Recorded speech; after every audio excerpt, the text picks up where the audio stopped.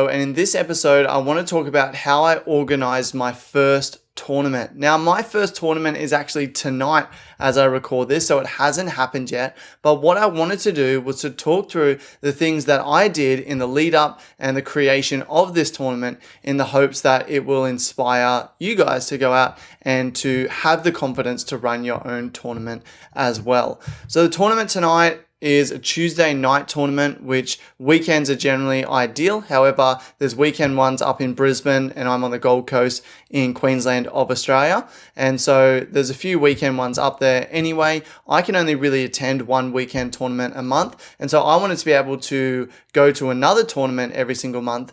And so basically I decided to create that myself on a Tuesday night. So on the Gold Coast, we have just a bit of background history. We have regular Smash Fests or meetups every Tuesday night anyway on the Gold Coast. And what I've started doing over the last month is just running informal brackets at those meetups. So we'll set up a bracket on challenge.com and we'll run it through there. There's no money. It's not really for anything. It's just for a bit of fun and to bring some structure to the Smash Fest. So the idea to actually run my own tournament, I started having that idea probably about a month ago, or a little bit more than a month ago. And I thought, you know what, I would really like to run another tournament. And exactly as I was thinking about it, I think it was the next day, someone else from the Gold Coast community announced that they're going to run a tournament on a weekend at the Gold Coast. And at this point in time, there was only one tournament per month in Queensland running. So we really needed something else. But as soon as this guy came in and decided to run his own tournament, I got, a bit nervy. I got a bit, I just was a bit scared that people wouldn't come maybe. And so I decided to put it off. But anyway, the idea was in my mind and I wanted to do it. And so I started talking to a friend of mine who also regularly attends these Smash Fests and talking to him about joint TOing, and TO stands for Tournament Organizer. So doing the TOing together basically so it wasn't all on my shoulders. And I'm really grateful to have him. But for those of you out there who don't have someone that you can bounce ideas off and get help with, this is definitely something that you could do yourself. So in order to set up the tournament, the first thing you're going to need is a place to host the tournament. Now, we're really fortunate in that we got connected with some of the guys on the Gold Coast who play Street Fighter. These guys have been around as a community a little bit longer than us. They're a bit more organized than us. And so they actually formed a relationship with a game store in our local area. And so this is a store that sells a whole bunch of different playing cards and things like that, like Magic the Gathering, that sort of stuff. So, and they host, I think they host a whole bunch of nights, but on Tuesday night, the Street Fighter guys organized that we could come to the store and we could play at the store in the back of the store. And so they organized that. It's $5 entry. That happened probably 6 months ago, almost now, or something like that. And so they had a relationship with the store anyway. So we're fortunate enough to have a venue that we can host this tournament at. If you don't have a venue, that is going to be your first thing that you need to organize. Ideally, the cheapest way you can do it is to do it at your own house or do it at someone's house. If someone has a house, you could potentially just empty out the garage, deck out the garage with a bunch of CRTs and some camping chairs or something like that if you need to. Other affordable options are unis. So often people at unis can book rooms for events and things like that. So you could potentially do it through a university. You can also look into scout halls. I was looking into that originally when I was looking at hosting one on a weekend. And that was, for us, it was a bit over $100 to do it. So depending on how much you charge for venue fee, you could probably get most of that covered, if not all of that covered. So the first thing you need to do is get a venue. As I said, we were very fortunate to have this game store. You could always approach the game stores in your local area and say, here's what we want to do. We want to host this.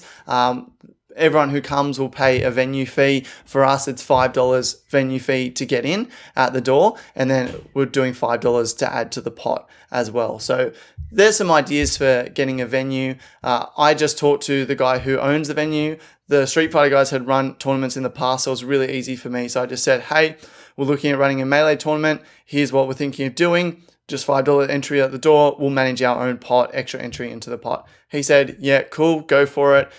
it's a Tuesday night anyway, so we're running it anyway. So once you've organized your venue, you then need to go about marketing your tournament. And I just want to say, you don't need permission from anyone to run a tournament. And that was something that I think held me back in the beginning, was that I was asking a bunch of people in the community, hey, if we ran a tournament, what do you think? Trying, to get buy-in from people and to get affirmation and feel like I'm getting permission from the community to run this tournament. But the fact is, if a tournament's going to add to the value of your community, then it's going to be something that people absolutely love. And a lot of people don't want the responsibility to TO a tournament themselves. So you don't need to wait for anyone's permission to run a tournament. You can just simply set up a tournament, you can market it, and hey, if no one turns up, you can just play Melee by yourself all day. Or if one person turns up or two people turns up or whatever it may be, so be it. Who cares? I don't know how many people are going to turn up tonight. I'm guessing somewhere between 12 and 20 people.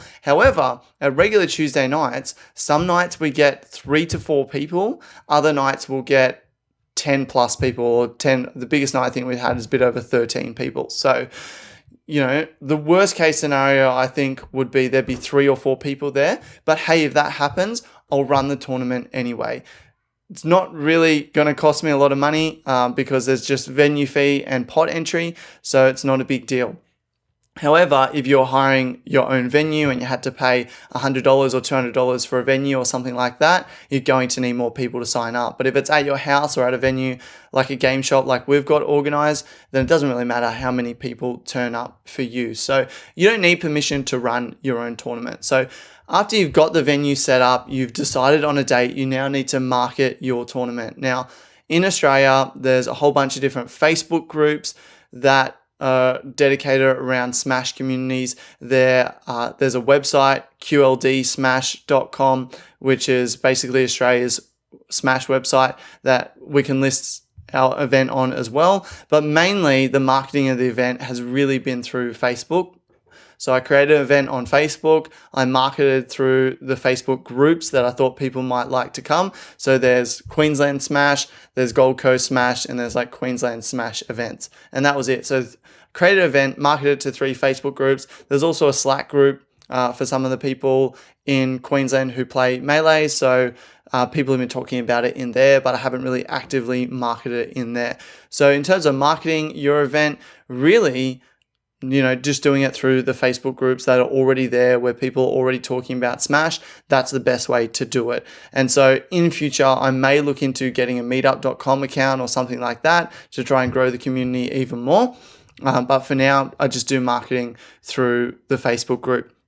So you've got your event, you've chosen your date, you've done some marketing for your event. You can do pre-registrations if you want. This is something I've opted not to do because I don't think the turnout's going to be very big. And this might be a big mistake on my part. But in terms of getting people registered and running the bracket, you can there's a couple of free programs out there. So there's challonge.com. So challonge.com. So that's free. You can sign up. The only thing is you need an internet connection all night in order to run that.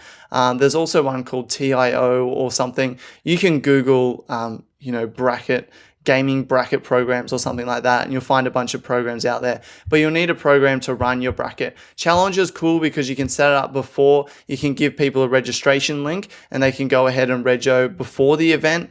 And I'm not sure if other programs do that, but if people just show up on the day as they pay you, you get their tag, you put it in, and it's going to create the bracket for you. And so that's something else that you need. You need to be able to run the bracket. You need to be there to collect the money and stuff, obviously. And then I guess the last consideration you need is setups. Now, the best way to get setups is really to get the community to bring them. And hopefully you've got a good community where people regularly bring setups. Again, we're quite fortunate. We've got 2 permanent setups at this store. I've got 2 setups myself, and I'm about to buy another CRT on the way to the event. So I'll have 3 TVs.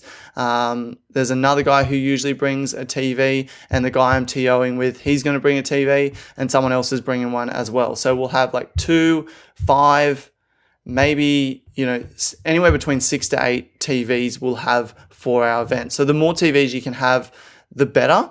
And because then your bracket can run faster and things like that. So that's the last thing you need is setup. So you need CRTs and then either Wii's with 20XX or something on there, or GameCubes with Melee. And so the best way that I found to do that is just to message people through Facebook Messenger and just request that they bring their setup that night. I know that some TOs give people discounts if they bring CRTs and things like that. I'm running a small event, so it's not something that I need to do. A lot of people in the community are willing to help out in order to make things run.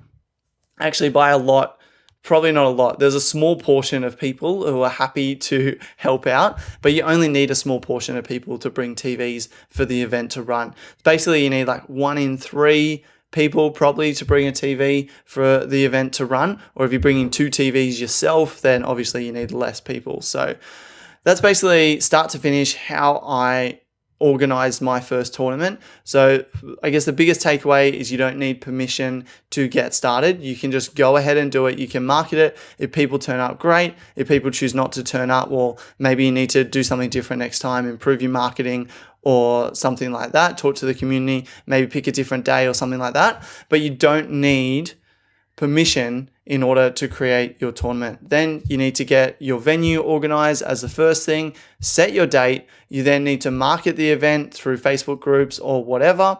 You need some sort of program to run your bracket like challenge.com, and you need to collect money on the night, and you need CRTs and setups in order to run the event. So that's how I organized my first tournament. I'll do another update tomorrow letting you guys know how the tournament went. And hopefully this is going to become a monthly occurrence for the Gold Coast, where I'll run a tournament on Tuesday night once every single month. And hopefully it's going to help to grow the community, bring more players in, and just have a whole bunch of fun.